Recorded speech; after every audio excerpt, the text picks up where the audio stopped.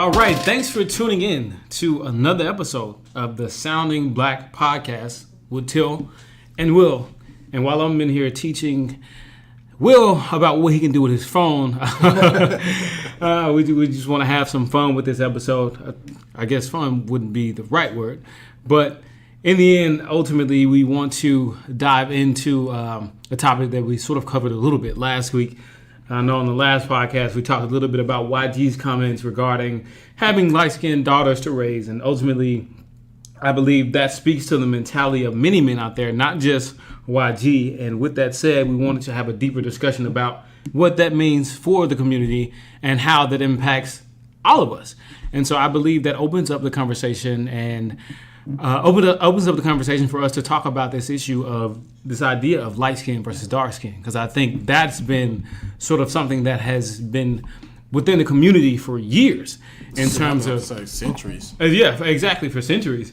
And I know, a lot of us make jokes about it, but the question I would like to pose is that feeding into some sort of agenda to keep us internally separate and dysfunctional?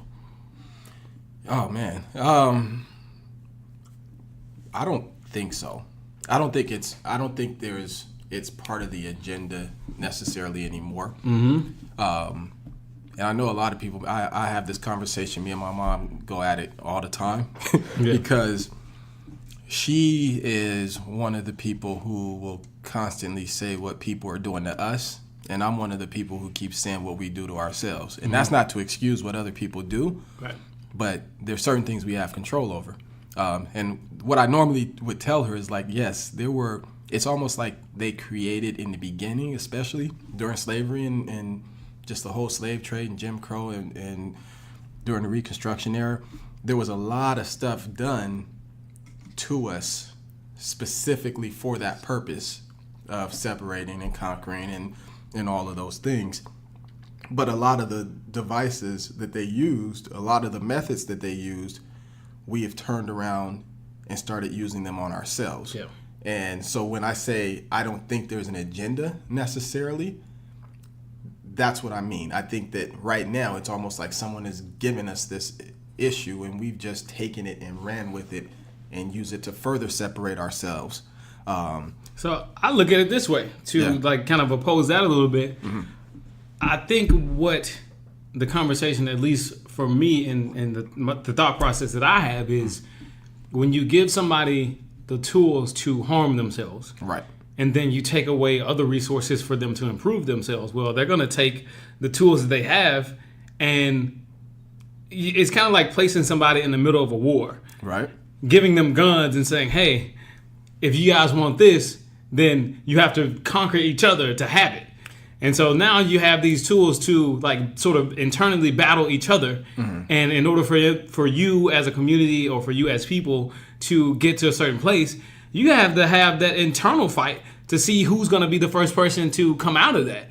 And I think, having these tools or, weapons, I should say, to harm each other based on what somebody else said you should feel about yourself. So thinking about this whole idea of light skin versus dark skin, not only is that separating you, but in order for you to have what somebody else has, that's also another tool of separation and telling you have to fight internally somehow, and somebody has to come out on top in order for you to get to where we are. Yeah, and that's I agree with you, and that's for me a different conversation, because that's almost like the I made it out, why can't you conversation. And to me, that's a whole nother show, mm-hmm. and I get that. But I also understand, at least in my mind, that we don't have to promote the things, the negativity that has been given to us. So, like you and I, like we joke, for those that don't know, like I'm very light and Till's very dark.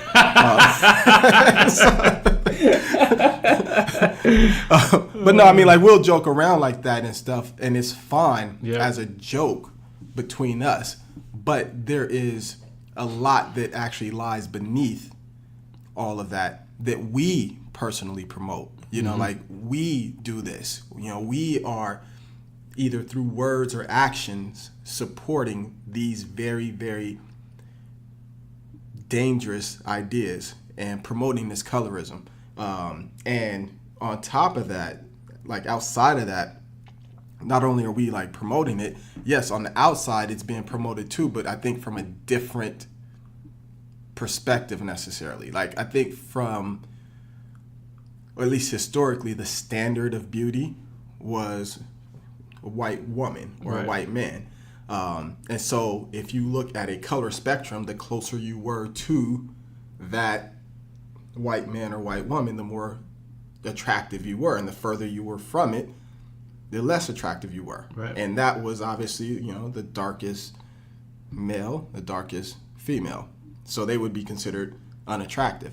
Now, mainstream, I think, like, when they would put a woman or a man in on TV, in an ad or something like that, initially they were starting out using mixed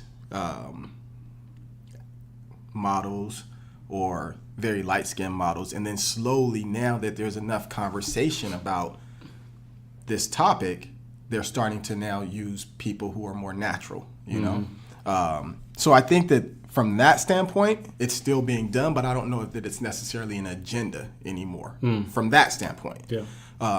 For us, it's different, though. Like, that's something that we are still doing to one another. And I'll give you a story when we have time about... No, I've been talking long enough. I know. And to kind of piggyback on that, I just think, even when we joke about it, we still have to consider how damaging it could be. Right.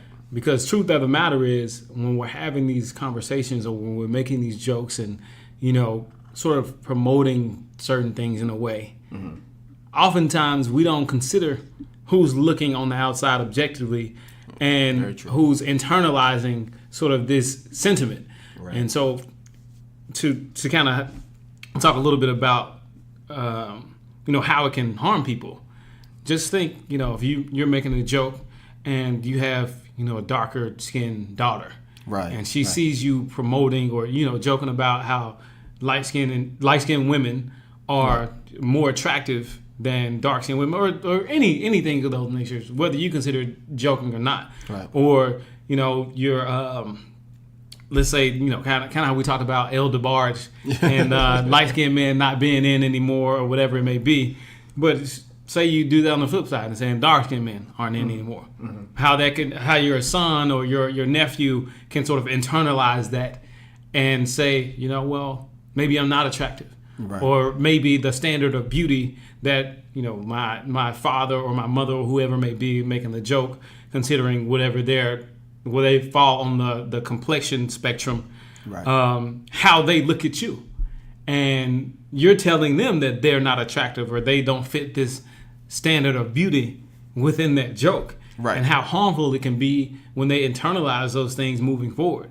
And I think even, when we talk about team light skin or team dark skin, right. How harmful that can be. Stupid, yeah. Like, to me, that's something I could never do. Right. I can't do that whole team light skin, team dark skin stuff. Even joking about that, because you're separating yourself so far from each other that it always is going to keep that internal battle going. Right. And I know for me personally, growing up, I looked at colorism from the spectrum of I can never put other people down, right, based on how close I am to whiteness. Did you ever get any, I want to say, not backlash, but did anyone ever treat you differently, either better or worse, because you were lighter? Or at least even if you thought maybe it happened, whether it was true or not? I think there are moments in my life that I probably benefited from being a lighter skinned black man than that I didn't even realize was happening at the moment. And I say that knowing that when I look out at the full spectrum of what happens to black men out in this world, that there's certain situations I've probably been in unconsciously, and there are benefits to me that I don't even think about. Right. I think I was having a conversation with my wife not too long ago, and she mentioned something to me, and I was just talking to her about how at my place of work right now, right, when I look around, there's not a lot of black people there, generally speaking. But then I look around and I'm like, well, the people who are here aren't of a darker complexion. And to say it was intentional, I don't know. I don't think it was intentional. And I'm not saying that it was or wasn't. I'm just saying when I look around, it's like, that's interesting. And then I've been in situations where I've seen how when people do casting and different things of that nature, I literally sat down and I watched all the people who were coming in. There are a bunch of, obviously, women of different races, different ethnicities, and things of that nature. But I look at every black woman and black man that was coming in there. Mm-hmm. The interesting thing that I found is that every woman that came in was light-skinned. Right. Or mixed. Mm-hmm. And then every guy that came in was dark-skinned. And so I was like, that's intriguing. And so I don't know what that says about the whole commercialization aspect. Right. But I think it does say something. And I don't know if that's sort of shifting the conversation in a different direction, or if that, is feeding into this idea that we're moving in an era where light-skinned men are out. I don't know what that says. I don't think that's it. But it's funny you bring that up because I never looked at it like that. But I think it has. I mean, we'll touch on that subject closer to the end of the podcast. Mm-hmm. But I think that has more to do with the women aspect. Like it's almost like as far as black women are concerned, they have yet to get the same attention and appreciation that dark-skinned men have. Yeah. So it's like there's been that shift in color to a certain extent when it comes to like acceptability. Right. But it's crazy because it feels like it hasn't been extended to the women. Yeah. Which kind of goes into that whole other conversation we talked about before, and that's something that the men have to address and start to affirm. Because there are some beautiful, beautiful dark-skinned women out there, like beautiful ones. Absolutely. And people aren't saying anything. I know there's been like a more of a major push to have some of these women, modeling and on TV. But it's so late in the game that you're trying to reprogram what people have thought for years. Yeah. But going back to that comment about your work, the interesting thing to me is I think when we look at that color spectrum, on one end, it's about the attractiveness, and how close you are to being white. And that standard of beauty. But then there's this other level when it comes to what being white means, what we've been told it means, and what being dark means. Right. And so it creates that same issue where you are on that color scale.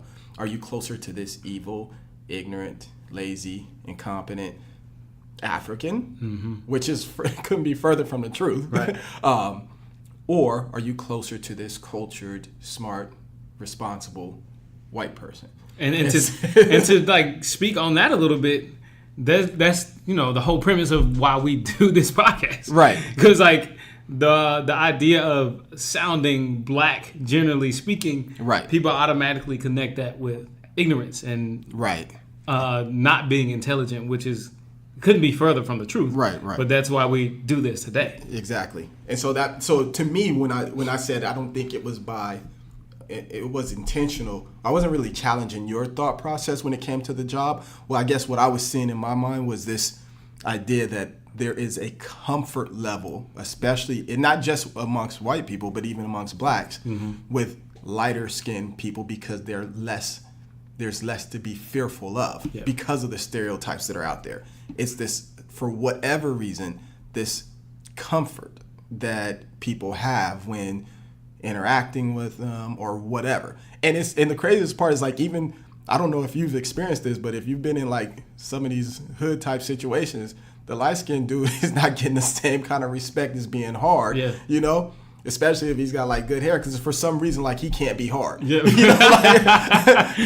Like he's just a pretty boy Yeah. You know, whether he's pretty or not. Right. It's just like a label he gets, and along with that comes all these other assumptions about him, you know? I don't have the hair that they're talking about. My hair ain't horrible, but I don't have the hair. I think they would call it what, like 4C or something. I don't exactly have that. I don't even know what that means. I don't have hair, so I don't even know. But no, so I mean, to me, that's what that issue is about. It's that comfort level that people have, and and I think it's even just in something as simple as walking down the street. You know, even depending. I mean, obviously, the way you dress can have some impact, but I think people see that skin color and how dark or light you are and decide whether they should be more concerned about what you may say or do to them. Yeah. And that's crazy to me, but it is. But that part was intentional a long time ago. Yeah. And now, even if it's being done by others, we shouldn't be the ones promoting it. Yeah. That's the big issue. So I'll give you this story I told you I was going to tell you about. And it was the craziest thing. See, in my family, I was probably, well, there's like me and 2 cousins that are very dark, you know? And you notice I say very dark. Like, that's, you know, that's what we are. Yeah. But what's interesting is when I was growing up, I got made fun of a lot about being dark. A lot. It's benefited me in the sense that I either had to cry or become very quick with my words and start figuring out ways to talk about other people and, you know, or like become witty and just be able to defend myself in that way. So I did that, but I just remember like joke after joke after joke every year. Didn't matter where I went, I was always going to be, if not the darkest, one of the darkest people in the class, in the school, everywhere I went, right?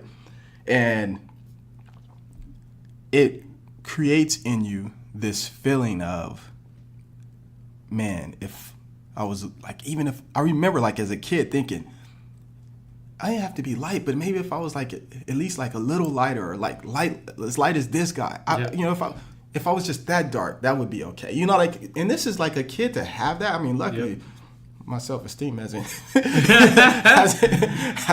torched, but it could have been, you know, based on that kind of that treatment. And I remember the only people who tried, I guess they understood, was my mom and my Aunt Lois. Like, they tried to make me feel better about it, you know? But my Aunt Lois is like extremely light. Yep. So maybe that's truly how she felt, because she was light. She was on the opposite end of the spectrum, feeling like her attraction level was to darker men, or she would say like, "Oh, he's a good-looking dark-skinned man," like stuff like that would kind of make me feel better. It was like, but it's on my aunt, so you know, I didn't feel like it didn't make me feel better. It was just like, "Thanks, Auntie Lois." I mean, I still go out here and get to it, you know, made fun of. But the thing that really, really got to me, I think, was in the 9th grade. It was really the summer between 8th and 9th grade, right before the 9th grade school year started. Yep. I was going to meet some of my boys on the basketball court, and I remember like dribbling, and I saw these 2 black girls walking toward me. And it's like, you know, I'm just getting ready to go to high school. You know, I starting to like girls and want them to like me back, and like I'm looking and like one of them's looking, I'm like, oh my God, it's happening, you know, like it's finally happening. It's like a movie. Yeah. So I remember like trying to, you know, get my little walk together, get everything set up. And so we walked past each other, and I hear one of the girls say that I was cute or fine or whatever it was. And, you know, I got so excited, you know, and then the other one crushed it just like that. She was like, girl, he too dark. Oh, wow. Dead serious. And that shit, like, it crushed me. And I was like, damn. And so all it did was promote everything that, or reaffirmed everything that I had heard leading up to that. And we can talk about this later, but what it made me feel like is I didn't want to have a dark-skinned kid. Mm. And what I realized that I was starting to find myself attracted to light-skinned women only. Not because I found them to be more attractive, but because I was thinking in the terms of if I were to marry her, if I were to have a kid, I want my kid to be dark, which is like, that's insane to me, you know? It's insane, but that's not something that I'm not saying white people didn't have, like, they weren't the origin for that, but those things, these jokes, these sayings, they were all done by the black people in my life. You know, even when Shaka Zulu came out, like that movie, yep. people used to say I look like him, you know, but it wasn't said as a good thing. It was said to be an insult because he was African, and that was bad, and that was ugly, you know. So that was like, that's just the kind of stuff I think when I say we do a lot of this to ourselves, that's the problem that I have. And that speaks to how harmful those jokes can be. Yeah. Because if you talk about people making jokes like that, people internalize that stuff seriously. Mm-hmm. And further down the line, you have those situations where, to your point a second ago, whereas I don't want to have a child as dark as me because I don't want them to experience the stuff that I experienced growing up. Right. I know for me, like, on the flip side of that, I wanted to have a darker child. Right. Because to me, it would allow them to sort of fit in closer to, in my mind, what they should be. But here's my question to you: when you say a darker child, because this is the interesting part, and it's funny because I think this is what all this stuff does to us, because you create this wedge between us where the darks are talking about the lights and the lights are talking about the darks, and we each feel bad, and what we really think the right color should be is a brown. Yeah. You know, so you got light people getting with somebody that's not too dark, but dark enough to give them brown kids. You got black, dark-skinned people getting with people who are lighter, you know, light enough to give them brown-skinned kids. Like, so it's almost like we're the people who have decided what black should be, and it's not too dark and it's not too light. Yeah. You know, and that's crazy to me. You know? But, you know, I think the interesting thing is I know for a fact that when you talk about wanting to be lighter in a bunch of communities, black people aren't the only people who say lighter is better. Yes. Because certainly that's why when you walk around California, and I've had this conversation, so I feel like I'm comfortable enough to speak about it right now. I've had this conversation with some Korean people and also some different people within the Asian community that talk about they want to be closer to whiteness because the darker you are as an Asian, right, the more likely you are, and I think that the closer you are to that unattractive spectrum from their point of view. So you see them on a sunny day walking around with an umbrella, right? So they don't get that, they don't get tanned or get darker and things of that nature. But I say all of that to say, at the end of the day, I want to really have a conversation about what's happening, obviously, within the black community. But I also want to talk about, like, who is promoting this? Right. Is it just, one side versus the other? Or is it dark versus light or black versus white? Well, I want to say, like, dark versus light. Mm-hmm. But also, when we talk about how our women are looked at. Mm-hmm. So I know it sounds like I'm all over the place right now, but I want to get to where I'm trying to get to. So I think not only does our society tell us that other women are better than black women, and the lighter women are better than the darker women, but within our community, what we tend to do is, like, say, all right, so on the spectrum, if we had 3 levels, we got mixed women here, then we got the lighter skinned women, and then there's the dark skinned women. And depending on how dark you are, there's even a further breakdown within that. To the point earlier, there's the brown, and there's a little darker brown, and then there's the black, where people would say they don't want to be. Right. And I think the reason I want to connect all of that is, sure, there are black women who say, I don't want to. They connect being lighter skinned to weakness. Mm-hmm. And they connect being darker to like that strength, and like that's the kind of man I want. Sure, there are those women out there. In my mind, it's almost like an anomaly who of those women who promote that. But also, I hate that I see it so much. There's so many black men, and obviously it's not all black men. Right. My clarifying statement, which I know will be dismissed anyway, but obviously it's not all black men. But I see more often than not black men promoting that level, that hierarchy, so to speak. Right. That mixed women, lighter women, brown women, and then darker women. Let me ask you, when you say you see the men doing it, because what I wonder, You know, and it's hard for me, but what I wonder is if this is coming from black men in general, or is it dark-skinned black men that are doing this? I think it's, to me personally, or at least brown and dark, like, you know, yeah, brown to dark. It's not. I mean, our light-skinned men also. I mean, I know it happens too, like, you know. Yeah. But it seems to me that it would be easier to explain if it was darker men that were doing it, because it would be similar to what your story. Yeah, what I experienced, and maybe that could be it. But if it's just across the spectrum that black men are doing, then that's a different conversation. Yeah. Because that means that even the light-skinned guys are feeling that way or thinking that way, and it is not from them not wanting to have. Well, I guess it could be, but it's a different conversation. Yeah, and I mean, in my personal experience, and again, I want to make sure I point out this is my experience. I see black men of all shades doing this. Gotcha. Personally, this is what I see.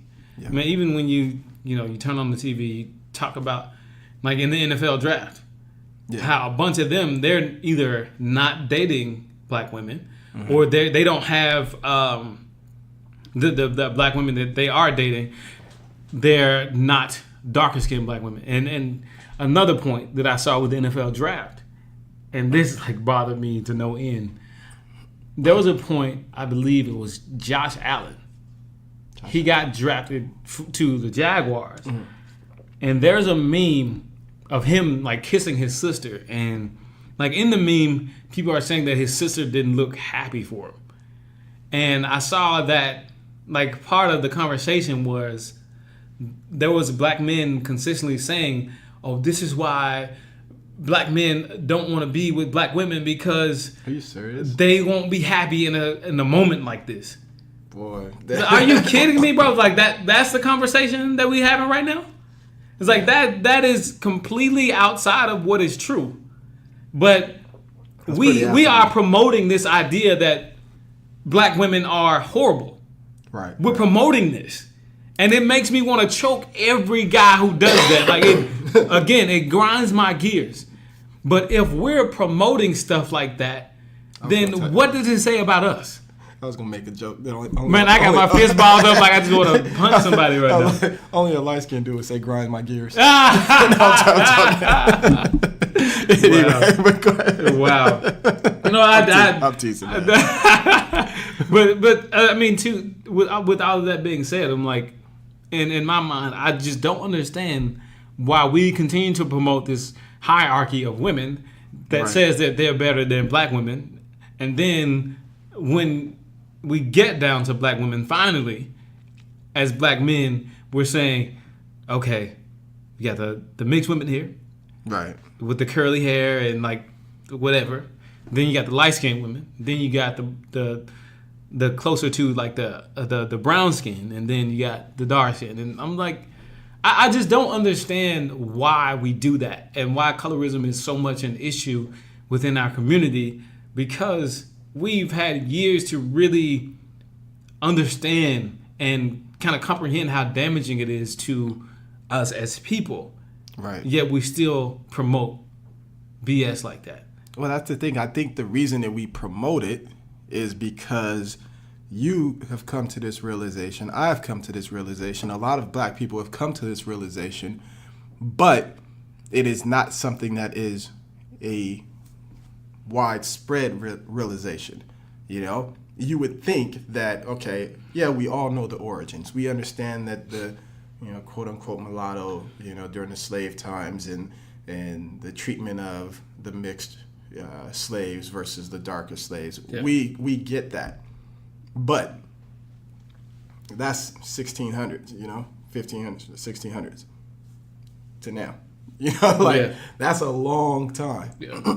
Yeah. To quote Kanye, that part's a choice. That part's a choice, because year after year after year, we understand it. Generation after generation after generation, we understand the damage it does, but we continue to promote it. Even if it is, all jokes aside, like, you and I will make these jokes or whatever, but there are people who truly feel like that. There are people who truly feel like that. And the worst part about it is it's over the years, it's become like like this versus situation, light versus dark, because dark-skinned blacks are figuring out ways to make light-skinned blacks not feel as good about themselves, because it perks the dark-skinned up, and the light-skinned blacks were already feeling, at least because of the acceptability of it, were already feeling good. But there was this thing about dark-skinned blacks, so you had this kind of pitting against one another. Because at first it was just like, oh, well, if you were dark, then that was an issue. But now dark-skinned people are saying, well, if you're light, it's an issue. So basically what we've now done is, a wide range of our folks are looking at the other as though they're a problem. And by doing that, also making them feel bad. No, it's not like there are little light-skinned kids running around somewhere feeling bad about being light-skinned, because someone's told them that they're not black enough, or, whatever it is, whatever kind of insults they're getting.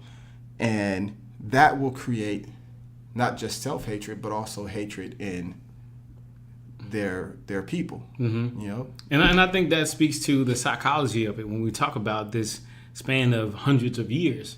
Yeah. If you internalize these certain things, you're also passing these down to your kids. So you're teaching them these lessons that, on the plantation, they said that the lighter skinned people or the mixed people or the master's son was better. So he was in the air conditioned house. Right. I say air conditioned, but he was in the house. Right. And he was serving, but you were out on the plantation. Right. So you see that, and psychologically that registers in your mind to pass it on to your child. Okay, you can't mess with the lighter skinned people in the house because they're protected.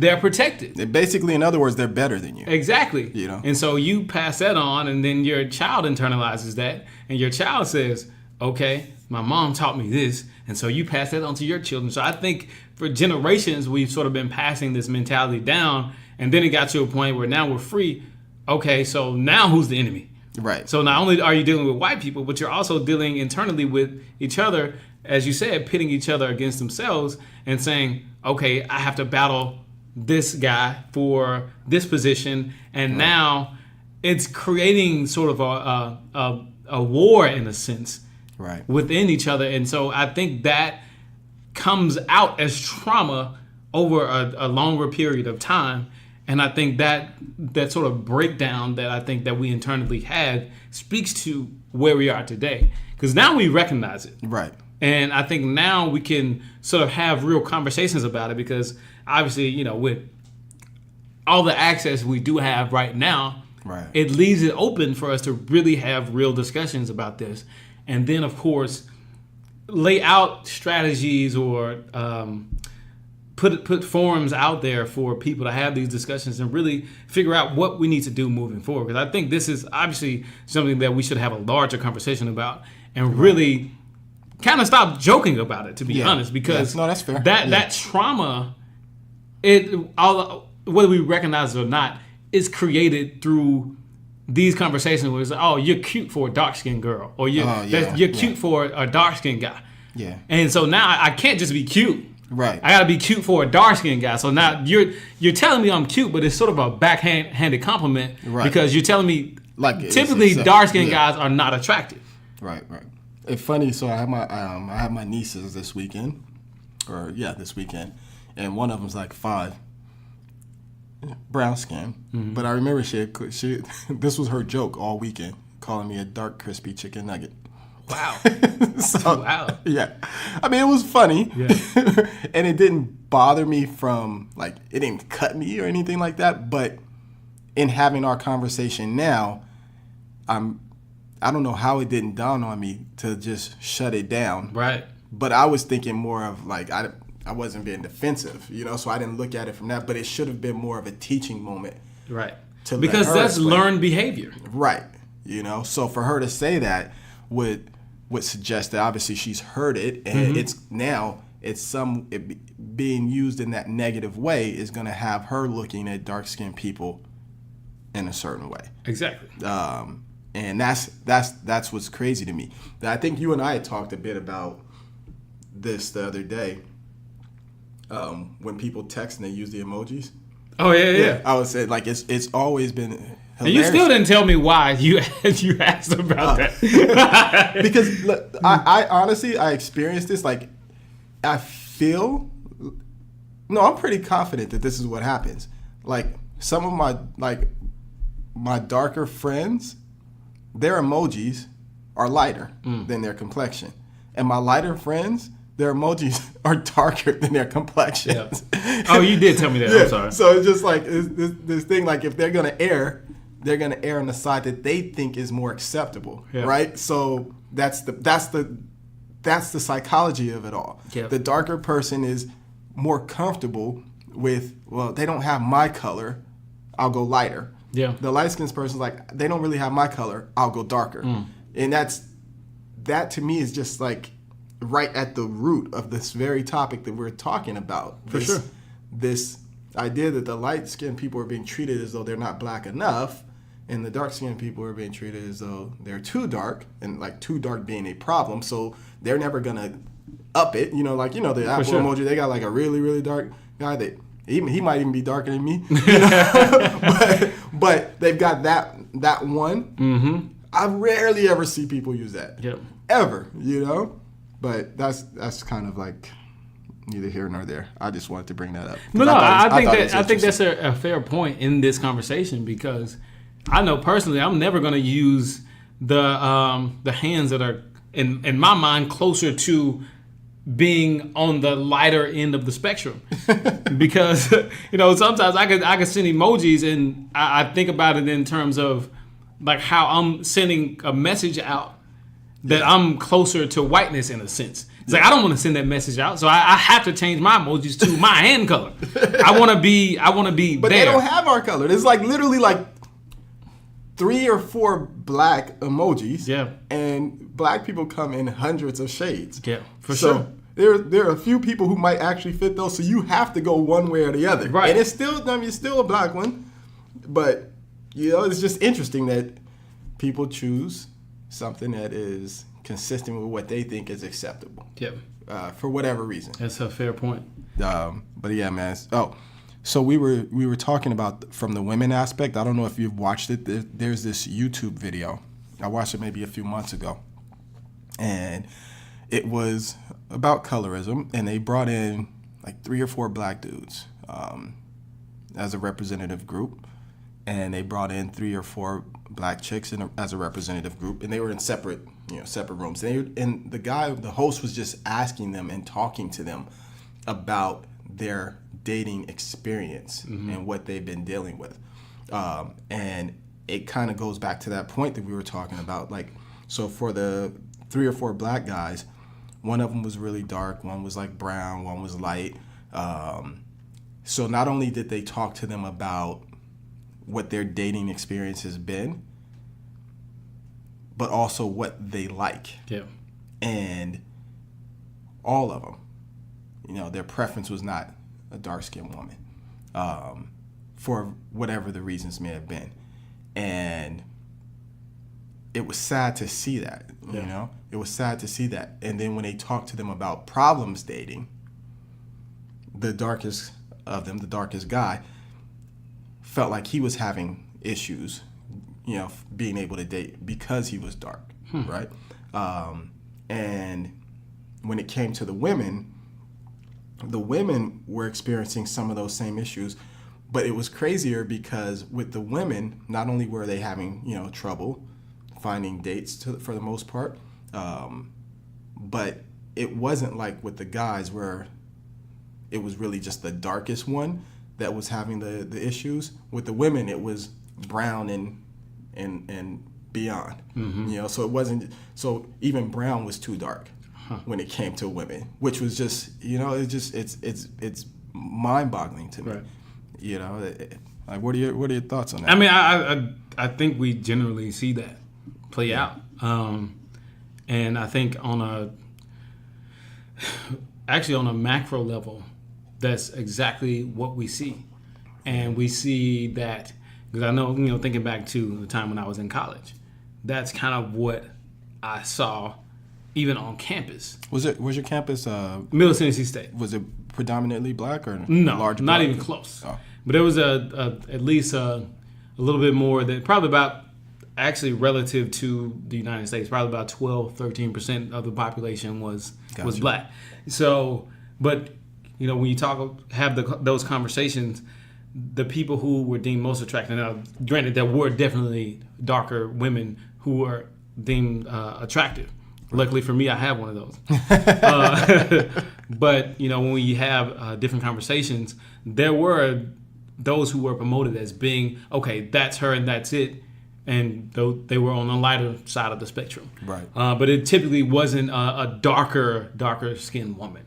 Right. And I think you see, again, on the macro level, you see that play out within, who are like the most popular women even on Instagram, or who's being promoted out there. Now, granted, there are, again, those women who are out there who are being, promoted as being attractive, but typically you see all of these things that we've talked about today sort of play out in that space. And honestly, I want to continue this conversation, but I know we can dive a little bit deeper in this. And I know you also brought up an interesting point earlier when we were talking about Jay-Z, when we were talking about this idea that the way we view certain things oftentimes isn't the way that it is. Do you want to, if you don't mind, dive a little bit into that? Oh, for the concert he did. Yeah. He had this freestyle, and we can probably look up I don't know, maybe you can look it up. Exactly what he said? Yeah, look it up while I discuss it. But he had this freestyle. I don't know if the song itself was about Nipsey or if just this verse, but it was essentially related to Nipsey Hussle. And then at some point he said he had a line about gentrifying our own before they do it, gentrifying our own neighborhoods before they do it. And there was a lot of backlash that he received about. You found it? Yeah, I actually did. So what he says is, gentrify your own hood before these people do it, planning your domain and having your people moving. That's a small glimpse into what Nipsey was doing for anybody that's still confused as to what he was doing. The neighborhood is designed to keep us trapped. It redlined us so property declines if you live by blacks. Right. So those are the words that he used. And, for people who don't understand what redlining is they basically are taking these communities and saying, you don't want to be close to this neighborhood because that's where the black people live. And so the property value, of course, goes down because that's where black people are. Right. And so people started going in on Jay about the gentrification comment. And the reason that I brought it up to you before is because it pissed me off, because what I was realizing is that it seems as though people they always have something to say, Yeah. And, first of all, he's a rapper, and part of his job is to make stuff rhyme, True. So True enough. It's not always the best word choice in terms of the meaning or the vocabulary, but it may be the best word choice for the verse. Right. But all that aside, people went in on him about the gentrification line as though there was something wrong with that. And I think it just highlights this ignorance about what gentrification is and what he's trying to say. Right. The whole idea, here in LA, they gentrified neighborhoods all the time. And in those circumstances, it is displacing people of color by making the place more attractive to young professionals or, more upwardly mobile families or, couples and what have you. And, these people in these neighborhoods, these black and brown people in these neighborhoods have to go somewhere, but, we don't care where they go. You just can't be here. Right. And I don't think that's what he was saying. He's not sitting here saying, as black people, we should go build up these neighborhoods and kick out the black people. Right. What he's saying is, instead of allowing people who don't care about what happens to the people in these neighborhoods buy up these things, because their whole goal is dollars, improvement. Mm-hmm. I'm buying this neighborhood. I'm buying homes in this neighborhood because it's cheap. It's cheap because black people and brown people live here. Right. It's cheap because it's run down. It's poor. People aren't taking care of it. in terms of like the city is not investing any money into it. The people that live there don't have the money to invest into it. So it starts to look more run down, and it's a better buy. Right. And you're only buying it because you know you can get more for it later, especially when you get rid of all of them and you put a Starbucks there or a coffee shop or whatever else. When the coffee shops come, you know it's a wrap. So I don't think that's what he's saying. In my mind, he's either saying you buy these places, we should be buying these places and revamping them for the people that live there, which, if you think about it, there's absolutely nothing wrong with that. Or even improving it so that more affluent blacks are willing to move back. Right. That may create the same issue with gentrification, so I don't know exactly how he meant it in that sense, but I think it was more about building up the neighborhoods that we have with people who actually care about the outcome of that neighborhood. I 100% agree with you. And I know just based on literally what he says, right, that's exactly what he meant. Because when you think about it, if anybody's going to take care of the people who are in the community, it's the people who are within the community. Right. So if we gentrify our own neighborhood in the sense that Jay's talking about, we are looking at grandma and we're looking at our aunts and stuff like that. We're like, well, we can't displace them. Right. Or our cousins and nephews and things of that nature, our nieces, our aunts, all of these people, we know, if we come into this community and we buy up these buildings or whatever it may be, part of our obligation to each other is to provide other opportunities, whether it be for employment or just other resources for people to participate in recreational activity, whether it be, building new parks or whatever it may be. So I think that's ultimately the message that Jay was trying to get across. And again, I 100% agree with exactly what you just said on that. It's funny because I think we had talked about this like 1 or 2 episodes ago in that Nipsey episode about the obligation that we have. And that's what I was saying before, like, it's harder for us to do stuff because it comes at a huge financial cost. And that's why I commend people who do these kind of things, because it has to be coming from a good place in their heart and a sense of responsibility to an entire group of people that they may not have any connection with other than their race and their set of circumstances. Like, it's not like they necessarily know everybody in the neighborhood, right? So if you take that, even his line about gentrifying it, maybe it makes you some money, maybe it doesn't, but if you're trying to do something for the community, you're going to lose some money in that deal. Yeah. Because the people who are coming in, they're not doing it because they're, it's not a donation, it's not anything else. They're doing it for the profits. Right. The money they're going to make by getting everybody out and revamping everything. If someone else is doing it, if we're doing it ourselves, it's for the idea of giving people a better place to live and more opportunities, which means you are not making top dollar on your purchase or in your investment. And that's the type of sacrifice that we need to see more of if you want to turn things around. Because relying and waiting on bills to pass and reparations and all these other whatever else is supposed to come save us, it's not it's not going to happen. It literally will have to be in this form, in this way. That's it. Yeah. And I made a comment the other night that was the NFL draft. I was like, there are a lot of black men that are becoming millionaires this weekend. Let's see how many of them follow in Nipsey's footsteps. Yeah. That's what you would want to see, and less of the, these other rappers.